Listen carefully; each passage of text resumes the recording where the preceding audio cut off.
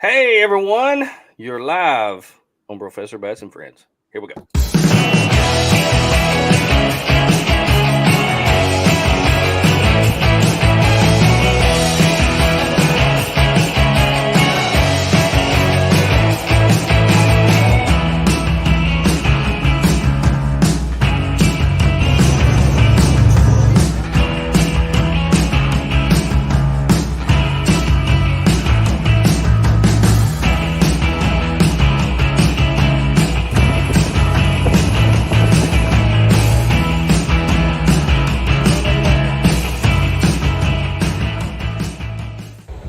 What's the video? Hey, it's time to turn off the video, put it on photo. Emotional, damn it. Here we go. We are live on a manic Monday. This is weird, Tony. It feels awkward. We're exactly 24 hours ahead of schedule. That's right.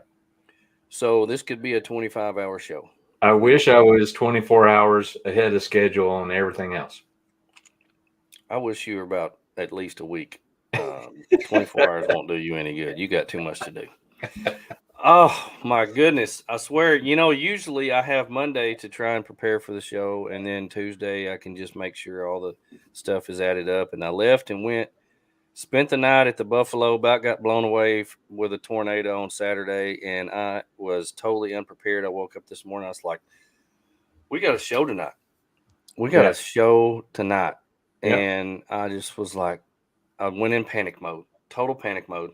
But here we are. We got it. And throw it together somehow, I guess. That's right. How was your day? Manic.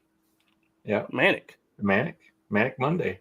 Yeah, it was crazy. No, I mean, I didn't have a whole lot going on today. Just piddling in the garage and getting ready for the show and stuff. So, yeah. Well, we have some people that are watching already and listening. Adam Bryant from Okie Overland, huge fan of the Overland Spices. He puts the word out for you quite a bit. That's right. Welcome all the way from Oklahoma. Best spices ever, I agree. And we have Misty from The Day We Make, the Barefoot Overlander. No telling where she is. I have no idea where she is. Georgia, I guess. I know where she's at. She may be in Georgia. She may be in Arkansas. Who knows? She is at the softball field watching my kid play softball. She's in Arkansas then. Yeah. Well, she spent last weekend at the Ride the Backcountry Byway or something like that with Cotty Wample. Yeah. And I don't know if you noticed, I just laughed my butt off when I saw it. It poured down rain while they were there. It did. Poured down rain. Tate, I don't know if you watch Cotty Wample Overland, but every time they go anywhere, it rains. Every time. Every time. I told him he should write a book on how to overland in the rain because they've got more experience than anybody I've ever seen. Nah, it's terrible. Well, we have here it is Monday. We are leaving. Well, I'm leaving. I don't know when Tony's leaving because he's never going to get ready. I'm leaving Friday. And I have to make a delivery to Tony because he don't have enough stuff apparently to take with him. Yeah. And then Saturday we're going to head west as long as Porker has his tent up at Artemis, and we're going to head west and go through Kansas and Colorado, Wyoming, maybe Utah. I don't know, New Mexico. Who knows where we're going? But we're going, and I'm going to be gone at least until the first week of July. I've never been gone this long. This is going to be a trip of a lifetime. And it all kind of actually started back when Ronnie, who we call Porker because he used to be like humongous. That's a self-given name, I think. But anyway, I went out there, had some work done on my vehicle. And he fell in love with my FJ. Of course, most people do because it's awesome. And, and he was like, man, I love this rig. And I got to take him out. And he said, man, this reminds me of my childhood, things we go, used to go out with my dad and stuff and do this. And he said, this is really cool. So next thing you know, he's buying a 4Runner. Next thing you know, he's buying a Tacoma. Now he's built up his Tacoma. and it's a it's become a work of something. I art. don't even know a word for it. It's a work of art. It's a work of art. But anyway, he was like, I've got this vehicle built up. We got to go somewhere. So I said, well, let's go. And I figured this was going to be, we were going to be gone a couple of weeks, come back to Big Iron and then come home. And then I'd figure out something else to do because, I got a couple months off. And he was like, no, I want to be gone a while. Like, I was like, how long? Well, 3-4 weeks. We got to think about this because there's a lot of things to think about when you're doing this. And so that's kind of where it all started. Tony's going to be gone with us for 10 days to 2 weeks. I don't know how long it's going to be. And then you're coming back to Big Iron. Aaron with Artemis is going to go with us, and then he's coming back around the same time you are. Yeah. We're meeting Joe from the Day We Make, Castaway Overlander, who's out. He's out gallivanting somewhere around Arizona with Cottywomple right now, or it's going to be. It's going to be, yeah. Going to be. He's meeting him out there. Joe's already there. He's already posting pictures of the Grand Canyon and stuff like that and making me sick. We need to get with Joe and figure out some coordinates to let him know. Yeah, we'll meet up with Joe somewhere. He's got his son with him, and so it's just going to be us guys, and pretty excited about that. I can tell you the truth. This is going to be a trip of a lifetime. Don't really know where we're going, and when we don't really know how much money it's going to take to buy gas to get where we're going. And I thought today, I was driving in my patrol car home, and they said, gas has reached an all-time high. The average is blah blah blah. And I thought, what a great time to take a month-long driving trip. Yeah. Oh, I swear. And tomorrow it'll reach another high, and the day after tomorrow reach another high. So I thought about going and filling up today to leave Friday instead of waiting 3 more days when it goes up 30 more cents. But we'll talk about that later because I don't want to get depressed. But anyway, we talked last week about preparing and getting yourself ready for a long trip, and we spent almost the whole show on food and how much food we were going to take, what kind of food we were going to take, some tips and tricks that we had found, because I've done a lot of research on food in the last 3 or 4 months. I'm not like Tony and wait till the last month. I actually plan ahead. Yeah. And buy my food a little bit at a time. I did some prep this weekend. You'd be proud of me. Food prep, right? Yeah, that's right. Okay. That's right. What do you consider food prep? Well, I cut some chicken up and vacuum sealed it. Vacuum sealer. That's your friend. Yeah. I vacuum sealed some more stuff on Sunday, bacon, because you can't have enough bacon. Yeah. And other things like that. So yeah, I'll be doing some bacon too. I'm glad.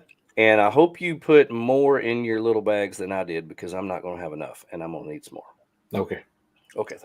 Well, you're welcome to what I have for 10 to 14 days.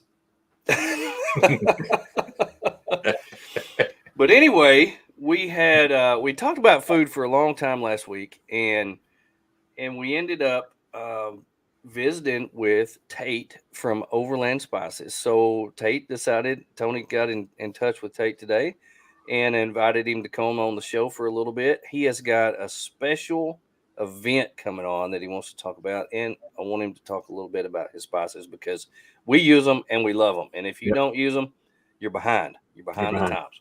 And I don't know if you can see all the boxes back there behind him, but you don't have to wait. You can order and receive your stuff almost immediately. No waiting, folks. Right. So, here. Tate, welcome to the show. How's it going? Doing well. Thank you guys for having me, especially with a day's notice. That's I love it. I love the last minute. More like a few hours notice. That's what it was. So, well, we appreciate you coming on here. You got in contact with me back when you first started several months ago, and we did a giveaway together, and that went really well. And you had a phenomenal booth set up at Moore. Loved everything you had set up at Moore. I actually picked up a Overland Spices hat, and Tony got him a patch. And you have the best logo. Thank you. I love it. Absolutely love your logo. It is so cool. Yep. And your patches are amazing. and you got some great swag. So we're Awesome. huge fans. Yep. But the hat, the patch, we can't eat those. No. And so we're huge foodies, and we love the foodies. So tell us about the spices that you have and how different each one is from the other. Yeah. So we launched with 3 flavor profiles. I love cooking. I love food. I'm a big guy. Mhm. Barbecue is in my blood. I grew up in Texas, and my dad did competition barbecue. So I mean, I like to smoke food. So, anyway, I grew up camping. I never did really wheel when I was younger because I hear my dad in the back of my head now, like, you can go off road all you want, but if you break it, you're fixing it. You're paying for it, And so, I'm an adult, so I can try to fix my problems now. Yeah. But so I get to camping and overlanding and off-roading, getting these cool spots, and it's just like a lot of people are like, yeah, I'm gonna have some rainy sausages and some ramen noodles, and I'm like, no, we're about to throw down. Yeah. So the 3 flavor profiles we've started with, the idea was to have blends that were multi-purpose so that you didn't have to take up a ton of space carrying your whole arsenal of spices. So triple locked, salt, pepper, garlic with a little bit of red pepper in it. It literally goes over everything.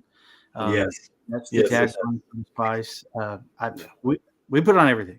Yep. From vegetables to eggs to steak, Fries. French fries, you name it. That's so good. Snorkel. I've become addicted to pairing up the triple locked and the snorkel. The snorkel is really good on seafood, but it's one that it scares people away because a lot of people don't love fish. But man, mixed with triple locked on some vegetables, I'm all in. Really? Yeah. Wow. Snorkel is really good on eggs too. We like it on popcorn. And then intense is more barbecue. It's got a little bit of sweet up front with a little, I'm not gonna say spice or heat, but somewhat. I cook ribs with it, and my 4-year-old loves it. But it's good too, like on stir fry or anything pork.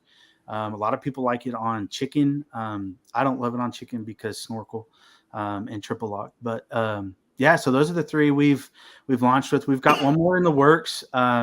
Hopefully by end of the year we'll be ready to launch it. But Sweet. Dude, I'm gonna have to take some popcorn with me. Cook some popcorn on the scuttle. Yeah. Scottle popcorn. I've seen people do that, but I've never done it. I'm gonna have to try that. I know it. Well, I'm excited for you because you have. I've seen a lot of people out there with your products, and it's really taken off, and people love your stuff. Yeah. So you have created a competition that's coming up here real soon, and so tell us what's that about, and everybody who's involved with us. Yeah. So the gist is we're trying to find the best camp cook in the States. Well, that's me, and I can't be there, so. That means everyone else has a chance. I'll let somebody else win. That's funny. Yeah. So we're launching our very first event at Big Iron. So been in communication with Chris Holloway, and he's been super extremely supportive, and he's ready to rock and roll. He said, "You just tell me what you need, and I'm all in." And so he's been sweet. Kudos to him. But yeah, we're excited. We're gonna have several different event styles. We're gonna have local events, regional events, and then a national level event. Details on the national level event hopefully soon. But so Big Iron's going to be our first regional style event. Everyone can compete. We're going to have 4 categories to cook in. 3 of them are going to be what we're calling adult categories. So breakfast, because I'll put my breakfast burrito up against anybody's. Except okay. Marco's. Marco, I don't know that I can compete. I'll sure try though. Yeah. Which event is he going to be going to? Because I don't know. I don't want to enter that event. Right. Yeah. We'll just make him be a celebrity judge. How about that? I want to be a judge. That'll be awesome because that would be. I would only be fair. Right. Yeah. So breakfast, and then we're going to do a dinner category. So whatever your main go-to dinner is at camp, and then everyone has their mom or their grandma's Dutch oven cobbler recipe, and I'm pretty sure I tried Joey's recipe this weekend. Jeff. I think his name's Jeff or Lester. Lester with Lester, cool. Overland Yeah. Exploits. Yep. Anyways, yeah, he was like, "Hey, try this cobbler, and it's got cinnamon toast crunch." And I said, "I'm in." He sold me a cinnamon toast crunch, and then he said butter, and I was like, "Okay, I'm sold." Okay, you can Just stop. bring me a bowl. Hey, Jacob. Hey, Jacob. Did you like it? Was it good? Phenomenal. Yeah, it was good. Awesome. That was Saturday, and I'm pretty sure my wife is going to make me make it maybe tomorrow. Yeah. It's so easy. It's so easy. It's the easiest thing in the world to make, and you don't have to stir it or have everything. So it's nice because like I don't mind like the textures, weird textures, but my wife is like if it's gooey or if it's all a consistent texture, she doesn't love it. So a cinnamon toast crunch just added that layer of texture that was great. Yeah. But good. So desserts, and then our last category is going to be a kids category. So any kid 13 or under can cook in this, and we're going to find the best grilled cheese out there. Kind of get the kids involved, and so we're going to pay out over 11 spots. So for this event specifically, we've got over $3,000 worth of prizes / cash in that. So we'll pay out for the adult categories first through third. And then there will be a grand champion and a reserve grand champion prize. So grand champion is $1,000 value. Timbo Tusk has been awesome. They're super supportive. They're donating a scuttle for us to give away, a whole adventure kit. So that'll be grand prize. Very super cool. Yeah, grand prize plus some more. And then Trailfire Grill. They've donated one of their sets, their setups, a propane fire pit 4-in-1 deal. Super cool. I bought one myself, and it's been fun to play around on. But so that'll be the reserve grand champion prize, and then first through third for each category. So, and then we're just going to pay out a $100 gift card to the kid winners. So, that's cool. That's awesome. That is very cool, and that's gonna take place at Big Iron. I guess that'll be on Saturday. Correct. Okay. All right, that's cool. So, and if you don't love to cook as much as you love to eat, you can be a judge also. There is a buy-in. Okay. It's just $10, but that'll get you just one category or all 4 categories. So I'm pretty sure you can't buy breakfast, lunch, dinner, and dessert to cook for yourself for $10. So true. That is limited, obviously. That's true. Yeah. Well, that is awesome. Well, I'm excited. I really hope that the people who are registered for Big Iron will get a hold of this and run with it, because this sounds like something that's really fun. I really wish I was going to be there and take part in this, because that sounds right up my alley. I would like to be a cook and be a judge, because I want to be able to eat all the food too. So, but I know you probably can't do that because that would be cheating. But man, that sounds. I like the eating part, so I'm probably going to steer towards the judge side. Yeah, there you go. Yeah, that sounds right up your alley, Tony. Yeah. Right up your alley. Well, hey, we appreciate you coming on and telling us about that. And like I said, we love and appreciate your stuff, and we will definitely put it out there for everybody so that they can try it too, because we like to put things out there that are good and that we enjoy. And we have cooked with your spices before and have loved every minute of it. And Tony and I are foodies, and so we're cooking all the time. In fact, we think about what we're going to cook before we even put our tent up when we set up at. That's the most important question of the day. What's for dinner? I've got my stuff loaded and locked and loaded and ready to go, and I've got my Overland spices, and they're going to take a trip with me. So when we go out west, we'll definitely be having you with us. So there you go. We appreciate you coming on. Hey, really do. Just real quick, Tate, you want to tell everybody how they can find your stuff? Yes. So everything right now is through our overlandspices.com website. There is a link at the top just called The Ultimate Camp Cook. You can pre-register, go ahead and pay, submit your info. That way we have it. It'll send you an event ticket with the QR code. So when you get there, come find us and get checked in. And that goes for cooks and judges. If you want to be a judge, you can get on there and sign up also. Awesome. Very cool, man. Thanks for coming on. We're looking forward to it. Yeah. Thank y'all. Have a good show. Yeah. All right. We will. And thank y'all for joining us. And we will be right back. This is Jerry from Tembo Tusk. This is Aaron with Artemis Overland Hardware. Hi, I'm Matt. I'm Kara from Ozark Overland Adventures. I'm Adam with Oki Overland. I'm Tate with Overland Spices. Hey guys, what's up? It's Drew with Rock Squash Designs, here with the Rock Squash. This is Jeff. Glad I could visit you. Hi, I'm Julie, the Overlander next door. And I'm Phil from Down to Mob. And you're watching. And you're watching. And you're watching. Professor Bats. Bats. Bats. Crazy. Professor Bats and Friends. Professor Bats and Friends. Professor Bats and Friends. The Professor Bats and Friends. Professor Bats and Friends. Sponsored by Artemis Overland Hardware in Springfield, Missouri. More Expo, Tackform Mounts, Trail Rated Coffee, Linson Solar, Howling Moon Tents and Awnings, Big Iron Overland Rally, June 10th through the 12th in West Mineral, Kansas, Mountain Hatch, Lifesaver Water Filters, MC Ranch Overland, Snowmaster Fridges, EcoFlow, Timbo Tusk, Dow Dynamics Lighting, and our good friends at Midland Radio. Thank you for joining our show.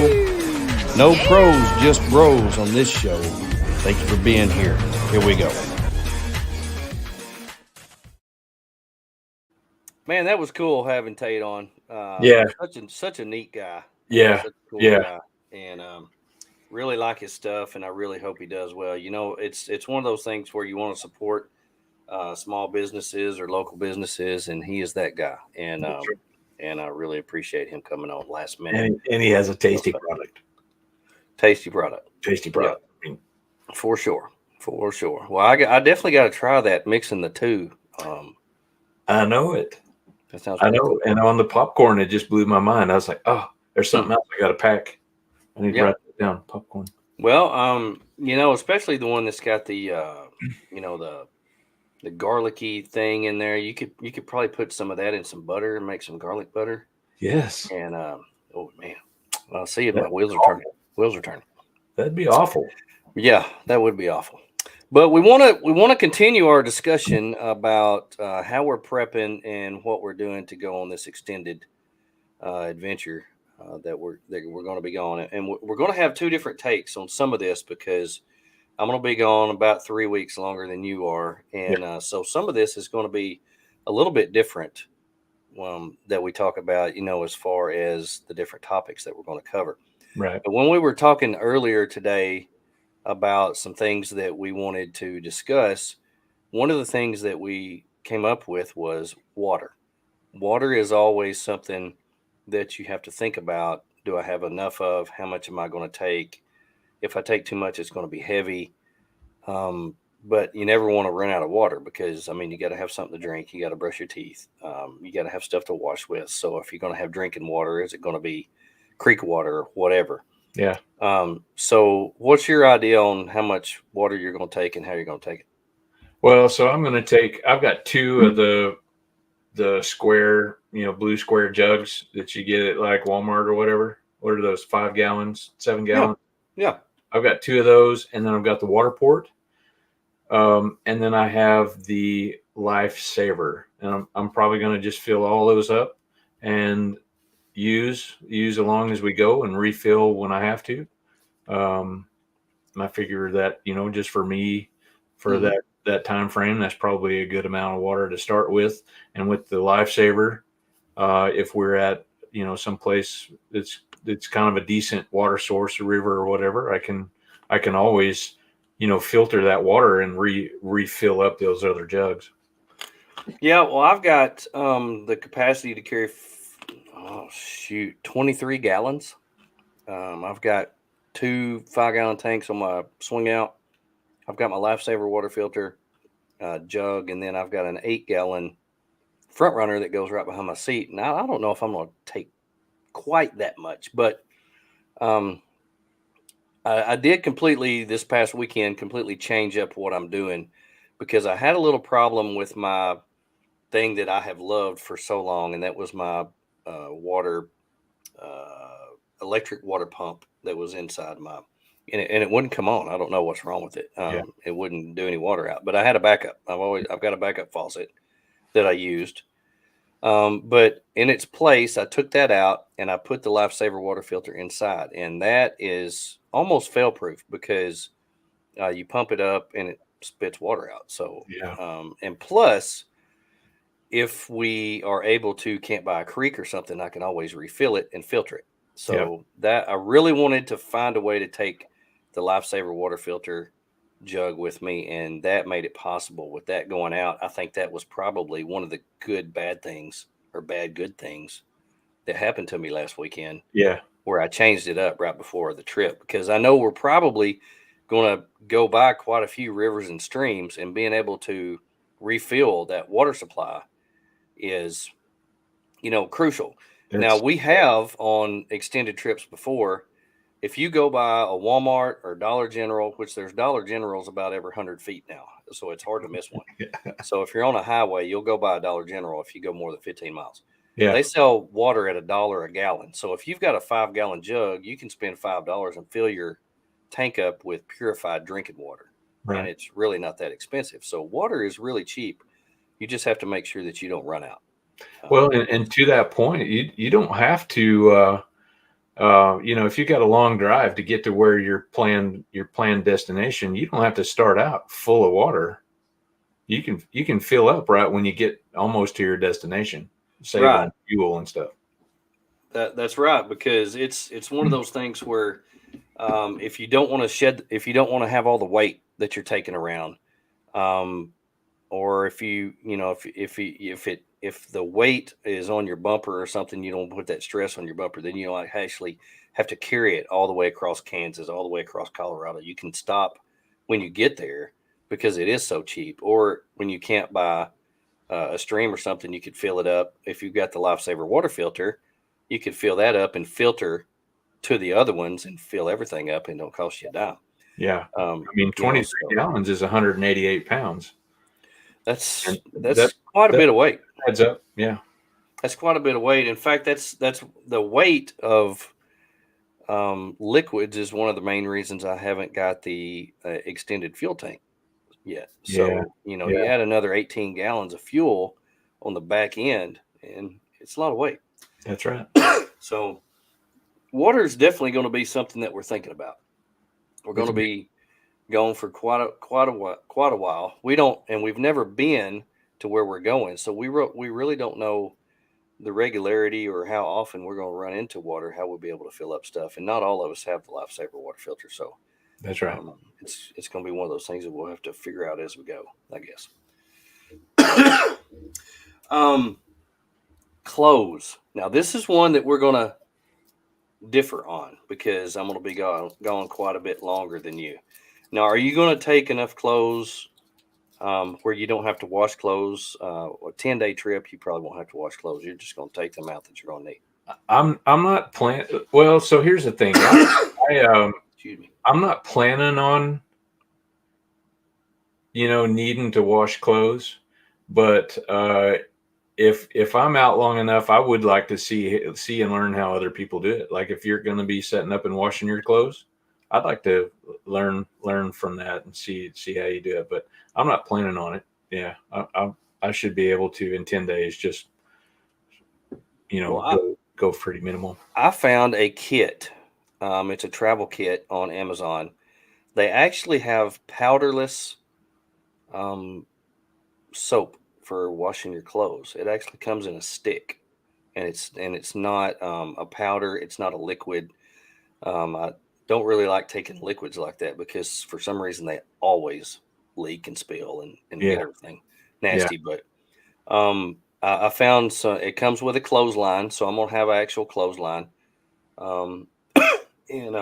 Sorry, I've got this cough. I can't get rid of this cough, so you're just gonna have to deal with it. But it comes with a clothesline, and it comes where you can heat water up and wash your clothes, rinse them off, and then hang them up. And so on one day when we get to camp about 2 weeks in, because I'm only going to take about 2 weeks worth of clothes, and then if we want to stop by a washateria or whatever they call them now, coin laundry or whatever, laundromat laundromat, yeah, we can wash some clothes, but I'm not going to take any more than 2 weeks worth of clothes because clothes take up a ton of space, especially when you're going out west and you have to prepare for hot and cold.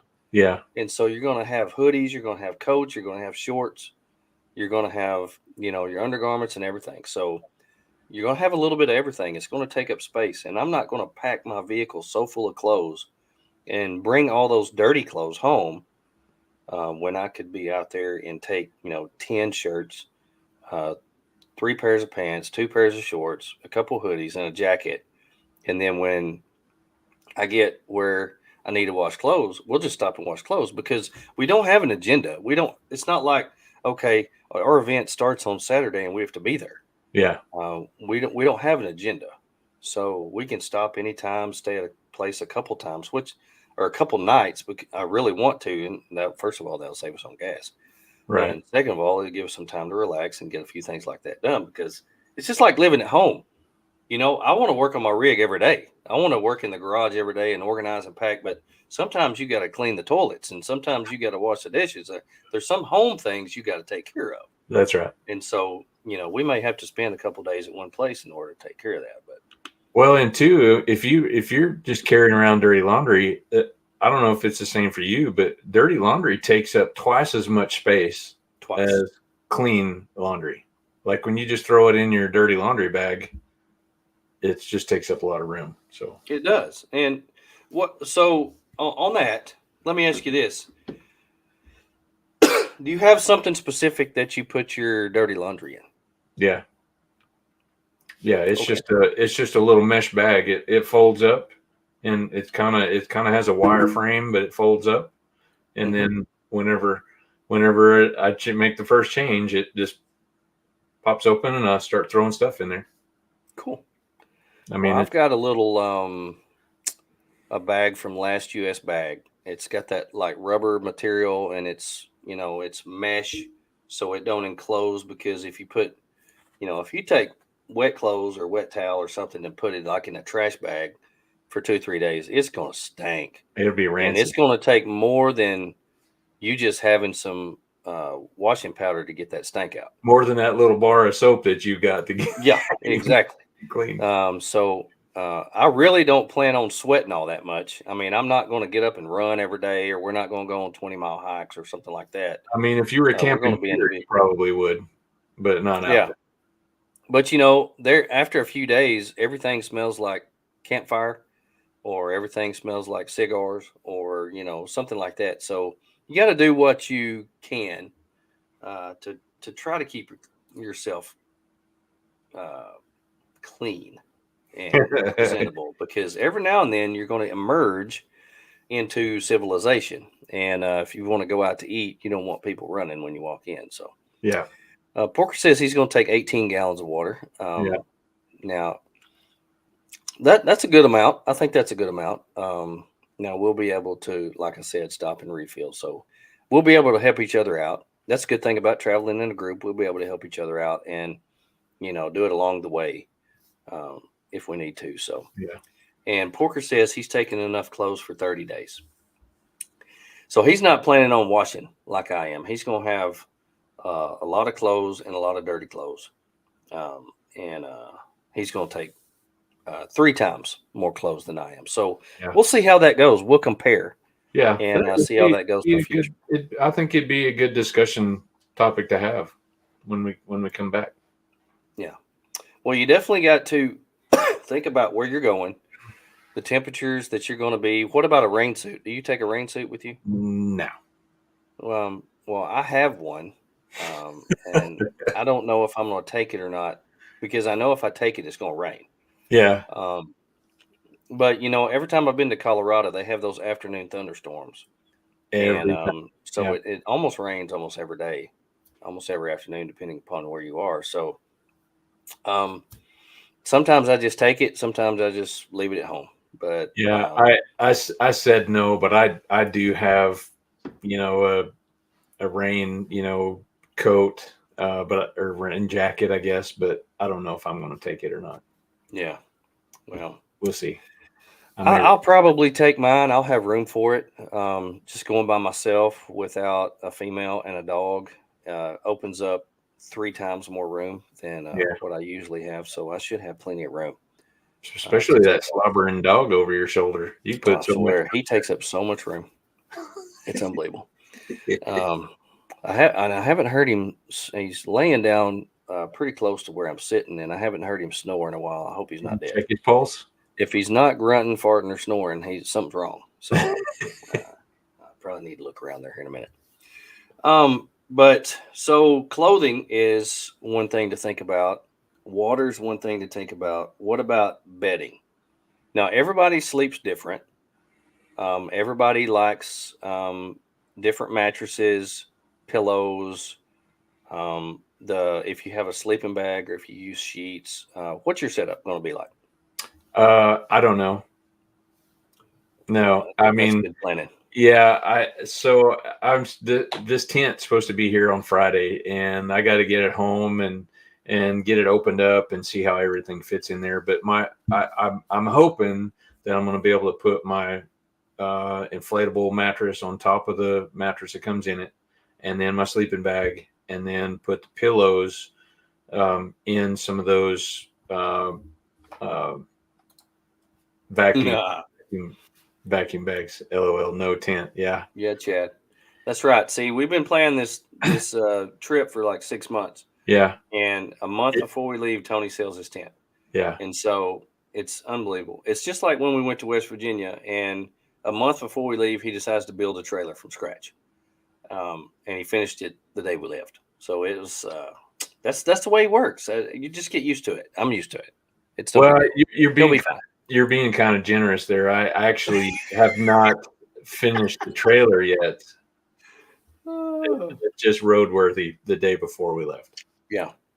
Well, I have a new tent that I've only slept in twice. You're has ahead a pretty decent mattress. The Kabari has a pretty decent mattress. It's a 3-inch memory foam mattress that sits on top of a 1-inch moisture barrier, so it's almost like a 4-inch mattress. But I also do have a inflatable mattress on top of that.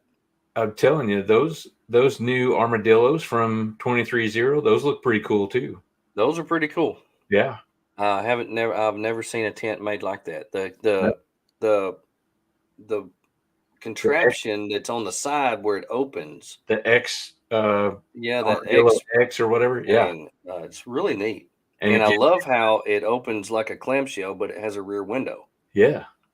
We're kind of off subject here, but we just saw those come out this week at Overland Expo. So that's really neat. I think, and one of them is an aluminum hard shell. So that's cool. I know it's got a rack on the top. So, if a person needed to mount some solar panels up there. Yep. Yeah. Anyway. Well, back to bedding. I sleep in I've got a double sleeping bag, so it's big enough. I've got a full-size bed in there, and it's as big as the mattress is. And then I take a wool blanket to put on top of that, and usually that's all I need. If I get cold, I've got the little Covea heater that I'll stick up there for a minute and warm everything up, and then close everything up, and I'll be fine. Yeah. But I do, like I said, I do have I think it's a 2-inch inflatable mattress, but it doesn't have memory foam in it, so it goes all the way flat. So I'm able to keep that up there all the time and just leave that there on top of my regular mattress. If for some reason my hips start hurting, I'm gonna be 51 tomorrow. I'm not a young pup, so not anymore. My hips start hurting, my legs start hurting. I can inflate that mattress and give me a little extra cushion, especially on this long trip. I want to be able to be as comfortable as possible. I do have, and here is a helpful tip and trick. If you have pillows and you want to be able to keep them in your tent, they sell these cool things called space bags at Walmart or Amazon or whatever. And you can put in a large space bag, you can put 2 pillows, and it'll squeeze them all the way down to less than 1 inch. And so they're real flat. You can leave them up there. I've actually got 2 pillows. I'm going to buy 2 more because I'm a sleep diva, and I like lots of pillows, and I sleep so much better when I have lots of pillows. That's what. Tell us about your pillow, Tony. I had been using the one of the, it's an inflatable pillow, but it's a really kind of a nice soft potato chip bag. It's really really nice. Kind of noisy until you fall asleep. Yeah. But it's So been your pretty good. pillow is like a potato chip bag. Yeah, yeah, but it rolls up and it's in a spot that's about as big as your phone. I mean, big around that big around. It gets small. No, I've tried using, but I have two new my pillows. From the my pillows. My pillows are the bomb. I have two of those now, and they sell those at Walmart. I ordered two that had extra stuffing. And I'm going to go get two regular ones at Walmart this week and put them in my other space bag and keep them in my tent.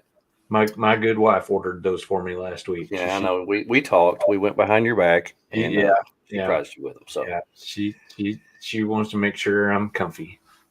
Yeah. Well, I tell you, it's a huge deal if you can keep your bedding in your tent. Yeah, that makes up for a lot of room. And whatever you can do, however you want to arrange it, whatever you do to keep your bedding in your tent, that makes all the difference in the world. Now, when I put everything in my tent, to my dismay, I was not able to keep my ladder in my tent, but I've got a space for it. So I took my ladder out. It closes a lot better. Anyway, it's not a big deal. But being able to keep all my bedding and my pillows in my tent makes a huge difference for me. Not having to carry all that stuff in my vehicle because my vehicle's not that big. So the iCamper, the ladder stays on it, right? Whenever the lid's up and then the bottom folds in, the ladder's mounted to that. That's correct. Right? Okay, that's correct. See, that's the only thing that you're going to have to deal with about bedding is that fold over piece. So when that fold over piece goes over, you'll have a little bit of a bunch there. So you have to make sure that, like you fold all your stuff over before you collapse it, and then see how much you can fit in there without having to put a strain on the latches or whatever.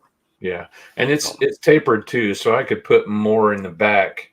Correct. Behind the ladder. That's usually where I kept my pillows. In our iCamper, I kept the pillows in the rear where because I that's the thing about iCampers. You can only face them one way. If you face them the wrong way, it just looks dumb. I saw anybody out there, if you got an iCamper on backwards, that looks dumb. I saw one the other day and I thought, what in the world? Yeah. You got a giant air dam right there that will cost you about 5 miles per gallon. Yeah. And it just looks dumb. So don't do that. Don't put the iCamper on back. You don't have to worry about me. I know you're fine. Okay. What about fuel? Yeah, I know Jacob's been wondering about this one. I am worried to death about fuel. Really? I am.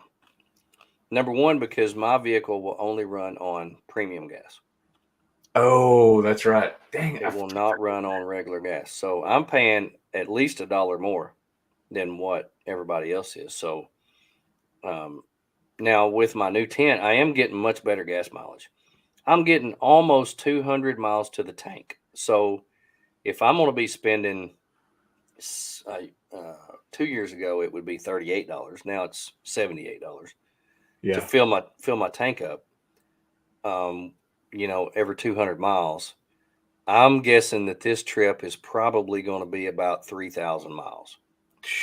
Guessing 3,000 miles. So if I divide $3,000, if I divide 3,000 miles divided by 200, that's 15 times, let's just say 70. That's $1,000 that's $1,050. That's less than what I thought it'd be. That's less than what I thought it'd be. That's still a lot. So I was guessing around $1,500 for fuel. Like I said earlier, hey, Travis. I was saying on the radio when I was coming home from work, they said gas is higher now than it ever has been in the history of the world, and I thought, what a great time to take a 1 month long trip. Yeah. So, but that's just the way it is. Porker and I have discussed it. We've discussed this in our text chat. This is a trip of a lifetime. I've worked countless amounts of overtime in order to be able to save up because I knew gas was going to be my main expense. Yeah. And I've even went as far as to buy all my food ahead of time. So my only expense on this trip should be gas. Now, I know that we'll stop and eat a few places if we find some boutique places or hole in the wall places or whatever. We Some can eat more there. We can general eat there. stores out there, surely. Yeah. Yeah. Or, if we find some local food, I'll buy some local food to cook. We'll go through New Mexico. I'm going to stock up on green chilies. That's just the way it is. I'm going to get some chicharrones. Chicharron? And, chicharrones are the best food in the world. Mark my words. Really? Deep fried pork belly. You heard it here, folks. Deep fried bacon. Chicharrones. New Mexico Beef Jerky Company in Albuquerque. If you ever go through Albuquerque, stop. I promise. Get you a pound or maybe even 2 of the chicharrones. Nice. Unreal, folks. I'm telling you right now. You heard it. You heard it right here. So, do you have the capacity to carry extra fuel? I have 1 3-gallon Roto packs. Yeah. That's all I'm able to carry is 1 extra 3-gallon Roto packs. I've got capacity to carry more. I only have 1 2-gallon Roto packs. So I guess I'm only going to take 2 extra gallons. I think we'll be fine. How does your Jeep do on the trails as far as fuel usage goes? Well, I mean, it usually, I'll see it go down a little bit. I don't track the mileage. I don't reset it when I'm on a trail and then figure out, what I got. But I usually, it's like when you see one when you're sitting and idling, you can see your mileage slowly going down. So it's kind of like that. But I don't know that since I'm not taking the trailer, I kind of feel like, hopefully on the way out there and on the way back, I can average, I don't know, maybe 17 miles per gallon, hopefully. As long as we don't hit like a 40-mile-an-hour headwind going through Kansas, I think. Yeah, if there's wind, that's just completely shot, But if it's good conditions, when we were coming back from Big Bend, I was running. Well, we had a 40-mile-an-hour tailwind coming back from Big Bend. Well, it was yeah. Okay. Well, I mean, if I was getting 21, 23 miles per gallon there, so I mean, yeah, it going out is going to be bad. Hopefully, coming back, it will offset. Hopefully, there will be wind. I hope so too. I hope so too. So yeah, fuel's going to be a big deal. And I also heard that going out west, just heard that from people who were out there, that the way gas is out there, if you don't pay cash, they add 10 or 20 cents a gallon to whatever you're buying. So that's another thing to think about. I don't know. I guess that's a per store deal. You also need to have some good apps out there that will show you where the cheapest gas is. I use a Get Upside app. There's also another Fuel Saver or something like Gas that. Buddy. App. How much? Gas Buddy? Gas Buddy? Gas Buddy that will tell you where the cheapest gas is. And I can tell you here in the city, we get emails twice a day on where the cheapest gas is because we have to go find the cheapest gas now. And it can vary as much as 30 cents just in one little area. So you can save a little bit on gas. And you think about 30 cents, that's not much, but over the course of a month it'll add up. Maybe they'll keep sending those emails to you when we're on the trip. Well, I won't be here. It's only for no, my city. Yeah. It's only for my city. While you're on the road. I tell you, Travis has got an interesting trip coming up. He is going to Silverton for the first time. Oh, nice. Talking to Travis today, and I'm excited for him and his wife. That's going to be a fun trip for them. That's a good area. Great area to base camp. Great area to base camp. So I did notice, I hope it's going to be a week or two before you go, because I just noticed that several of the trails still aren't open from all the snow that they've had. Yeah, I mentioned that to him. I wasn't sure. I haven't been keeping up with it. But yeah, I asked him if they were going to do Black Bear Pass, and he says, I don't know about Black Bear Pass. Yeah. I don't know about that. As of last week, it was not open yet, but beautiful area. Beautiful, beautiful, beautiful area. There's so much to do, so many things to see out there. Yeah. So anyway, what about propane, butane, and charcoal? What do you plan on taking out? 2 of the 3. I won't have any charcoal. I'm not really finely tuned, on cooking in a Dutch oven or something like that. So I would. I'm not carrying a Dutch oven, and so I wouldn't carry the charcoal. But I'll have the propane and the butane. Plenty of those. I'll have my 5-pound tank, and then a few little the little green bottles, and a couple of the butanes for the jet boil. And you have a 5-pound tank mounted on your bed, right?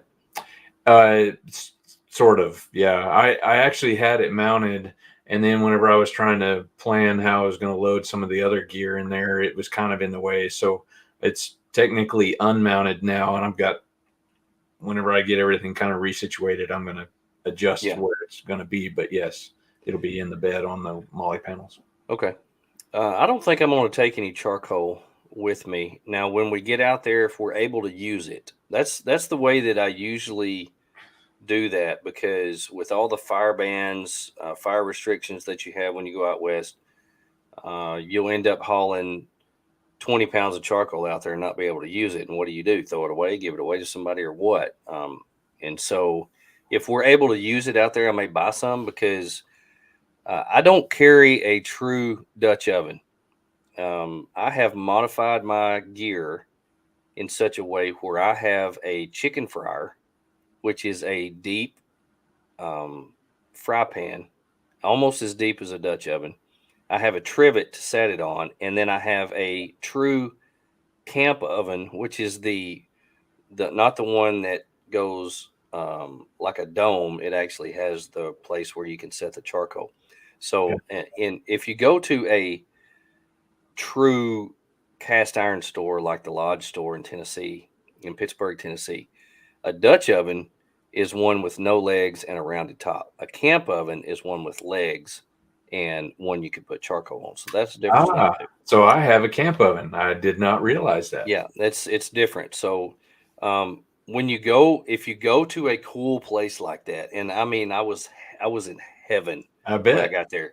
So I wanted something that I could do multiple things with, because I've got a small area to store my cooking utensils. So I bought a chicken fryer, which is a deep fryer, and I bought a camp oven lid. So that's what I always cook our stuff in. When I do the peach, better than peach pie or whatever, it's always actually cooked in a chicken fryer. I never have a Dutch oven with me, or a camp oven.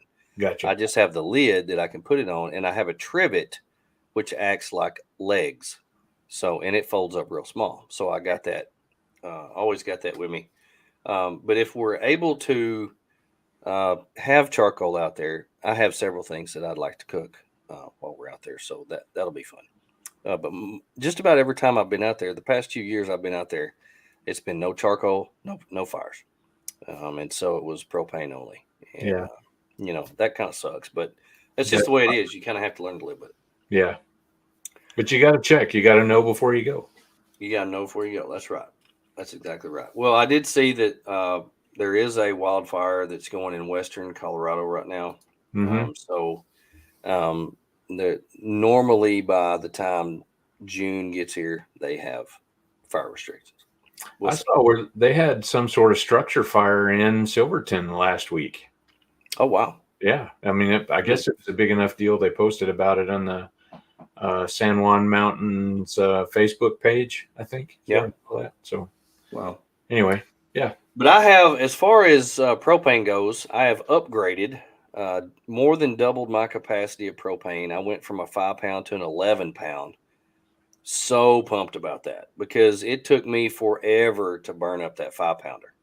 And I think I can run this 11-pounder all summer, maybe the whole trip, because I'm going to be doing a lot with my jet boil, butane, and so I'm going to alternate the two, so that way, one of the things that I found that you can really save a lot of fuel on with coffee is using a jet boil, because I was using a I was using my regular stove and a percolator. Well, you have to percolate for 8 minutes to get your coffee. Well, if you're running propane for 8 minutes, that's a lot of propane.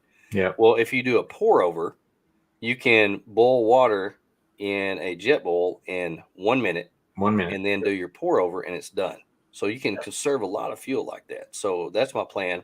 The little cup that we have, the Gator, Yes. coffee Gator, Yes. comes with a little stainless steel pour over filter. Yeah. And makes amazing coffee. So we're going to have some trail rated coffee out there. I had to stop using it though. You did? Yeah. Because I had to pack it.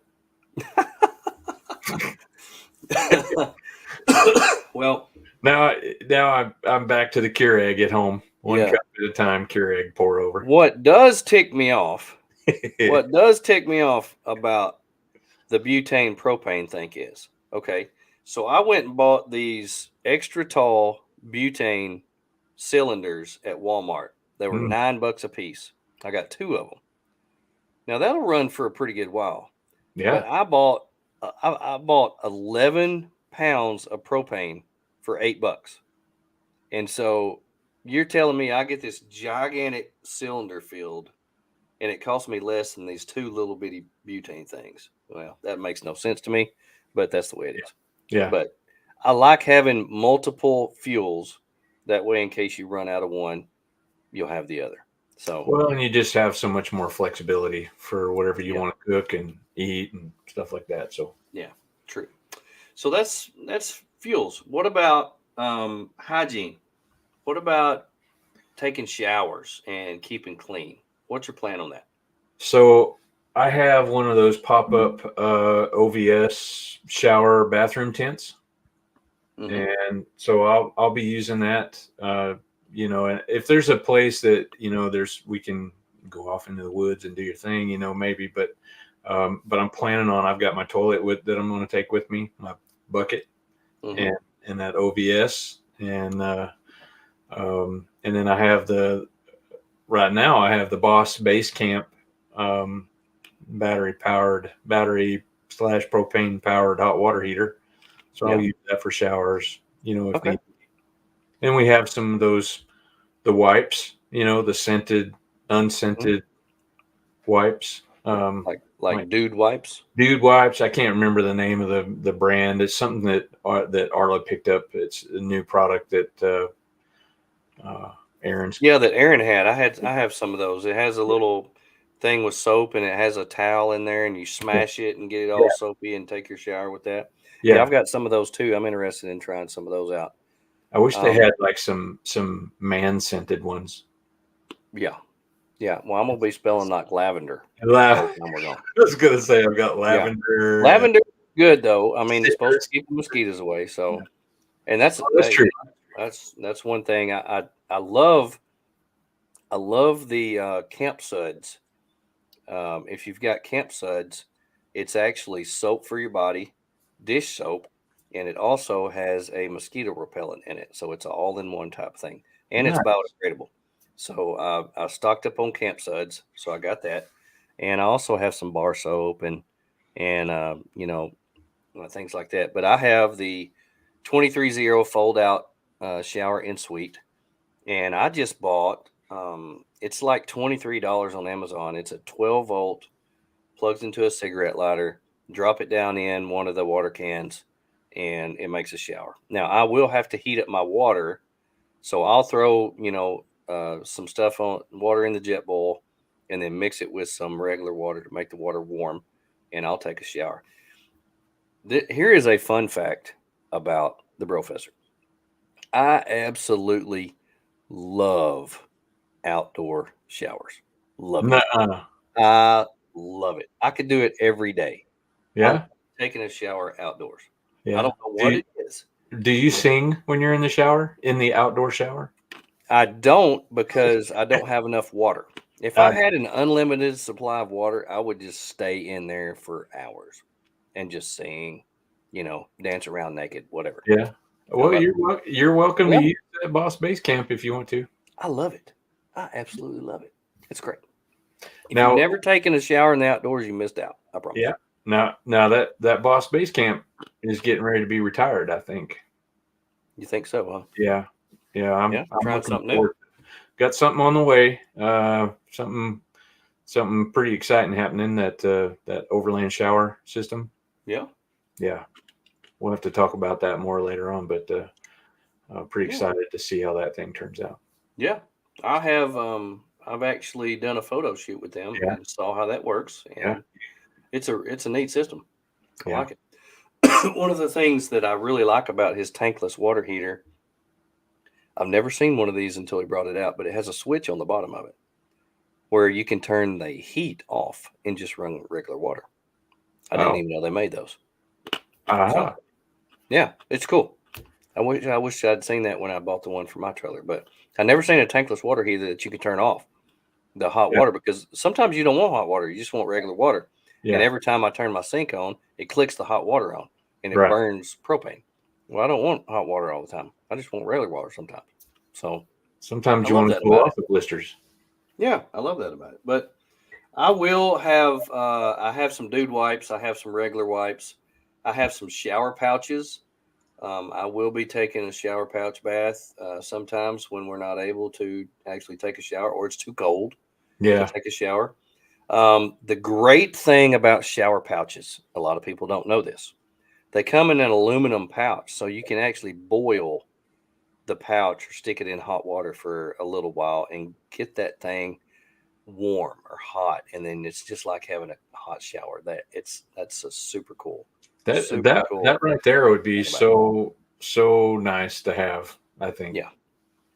I love my shower pouches. They are decently priced, and it is the biggest shower wipe I've ever seen. 2 people can actually use it if that doesn't gross you out, but it's a really, really good thing. You can wash your hair, your whole body, and you feel clean when you're done. I love them. Absolutely love them. Yeah. So I'm stocked up on those too. So I've got several of those. First aid. What do you normally carry for first aid? Some Band-Aids and some Neosporin.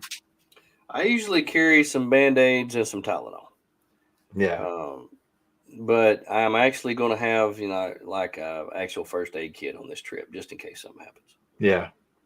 I'm not one of those that has that mega first aid kit. Now, I have got the kit from Switchback Outdoor Safety that has the tourniquet and all that stuff in. I bought it Big Iron last year.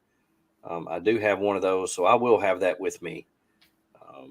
If something happens, somebody burns themselves or spills hot water on them, or hot grease, or cuts themselves or something while they're cutting up their chicken or whatever, we'll be able to do that. But that's just one of those things that you kind of need to have around.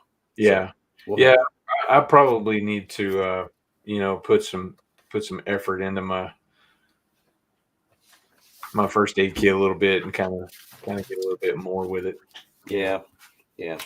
And also, as far as that goes, I don't know if you signed up for it, but we do. I think all of us have the Garmin InReach with the services. I do. And I do pay extra for the SOS stuff. So if we actually do have to have a search party or a helicopter come fly us out, medical attention, something like that, I do have the insurance through Garmin for that. So that's a peace of mind for me. That's nice. If we have to do that. So it's, that is a peace of mind. I want that in case I need it. So it's better to pay it on the front end than have that humongous bill on the back end. Well, that's true. Do you see this comment from Travis? Get with me, guys, and I can let you know a good setup. Yeah. Travis just retired from, he was forgive me, Travis, if I don't say this right, but you were a first responder for Disneyland, Disney World. In California? No, in Florida. That'd be Disney World. Disney World, yeah. Yeah. But I'm hoping he'll correct me here. Oh, with it, were you talking about first aid? Yeah. Okay. What his day job was, but he just retired from Oh, cool. There. Yeah. Very cool. Anyway. That's awesome. Well, one thing that I really am going to enjoy about this trip is medic. He's a medic.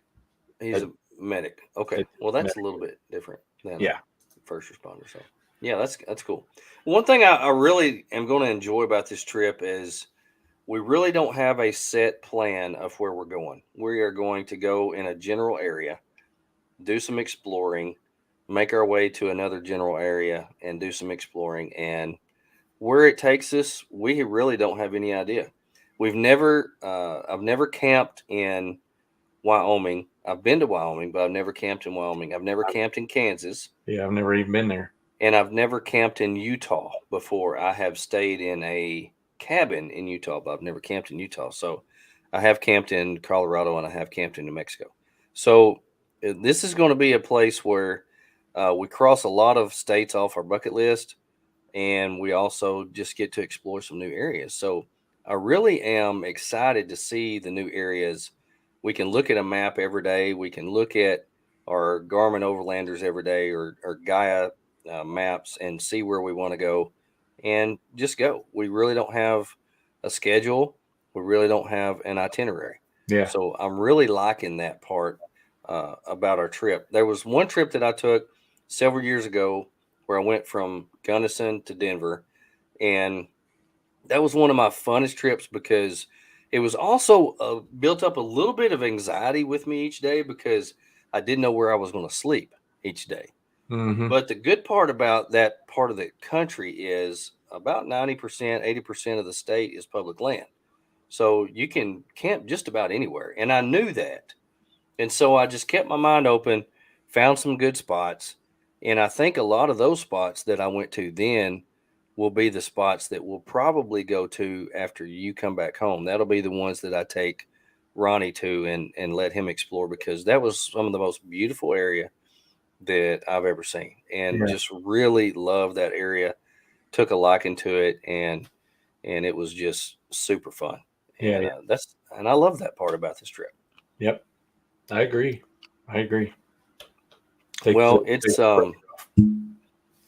It's going to be a little bit different than a lot of the trips we've been on, but it's going to be a lot of the same too. It's just going to be an extended period of time, and because of that, we've really had to think about these things that we've talked about. We've had to think about water and how much fuel we have, and where we're going to get fuel, and if we're going to have enough propane, and how many clothes we're going to take. Are we going to take showers? Are we going to wash our clothes? Or are we just going to take enough for the whole month? I mean, every one of us has talked about this for months and months and months. And so when you're planning an extended trip like this, don't get out there and be unprepared. Think about these things. Take what you experience on the weekend and expand it. Take it to a whole nother level. Yeah. To the nth degree, because it's going to come up. I mean, you're going to be out there 10 days and you're going to run out of clothes, or you're going to be out there 15 days and you're going to run out of propane. How are you going to cook? Do you have anything to eat? Are you going to have enough fuel? Do you have enough water? So it's a lot of things to think about and to take in when you're planning a trip like this. Right. So this has been a good discussion. Right. Yeah. I've learned a lot, especially with the food part and the water part. So, and just because of my trip this past weekend, I was out there before the show changing up several things on my vehicle because I want to make sure that I am as comfortable as possible. I want to make sure that I have everything that I need, because if you have everything you need and you're comfortable, you'll have a better time. You'll enjoy yourself a whole lot more. You'll get a whole lot more rest. And, it's not, you don't want it to be one of those trips where you're like, man, is this ever going to be over? I'm ready to go home. Right. I don't think it's going to be that way. I don't either. We plan for it. Well, I think we have come to the end of our time here.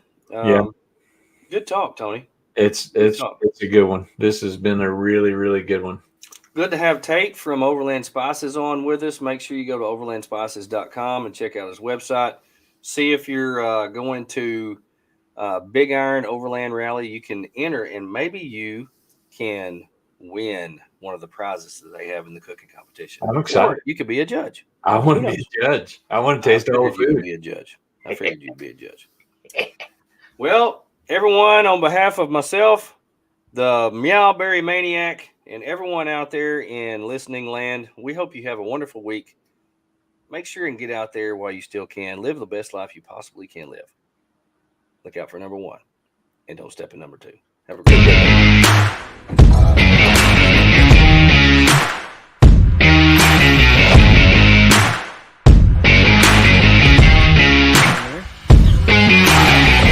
Join us next week. Same bat time, same bat channel.